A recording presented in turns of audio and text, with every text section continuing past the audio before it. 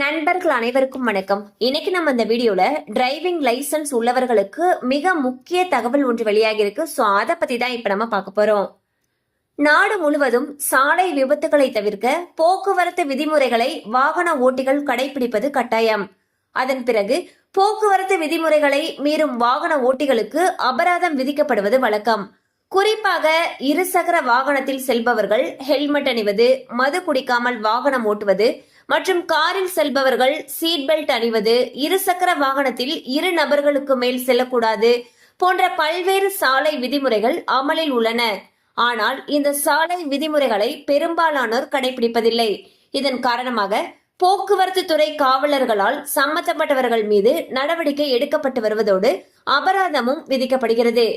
இந்நிலையில் தமிழ்நாட்டில் போக்குவரத்து விதிகளை மீறிய குற்றத்திற்காக தற்பொழுது 1,82,375 பேருடைய ஓட்டுநர் உரிமங்களை ரத்து செய்ய வேண்டும் என்று தமிழக காவல்துறை பரிந்துரை செய்துள்ளது.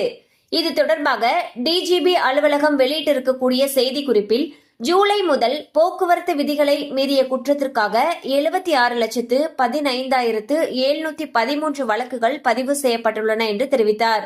மேலும் இதுவரை 39,924 டிரைவிங் லைசன்ஸ் ரத்து செய்யப்பட்டுள்ளது என்றும் இதைத் தொடர்ந்து 1.82 லட்சம் பேருடைய டிரைவிங் லைசன்ஸை ரத்து செய்ய பரிந்துரை செய்யப்பட்டுள்ளது என்றும் தெரிவித்தார்.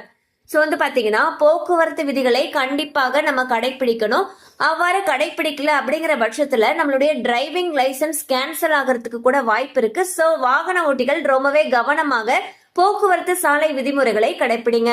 கண்டிப்பா அந்த அப்டேட் உங்களுக்கு பயனுள்ளதா இருந்திருக்கும் நம்புறோம். மேலும் இது போல அப்டேட்ஸ் உங்களை உடனே ரீச் ஆகணும்னு நினைச்சீங்கன்னா நம்ம சேனலோடு தொடர்ந்து இணைந்திருங்கள். தேங்க்யூ ஃபார் வாட்சிங்.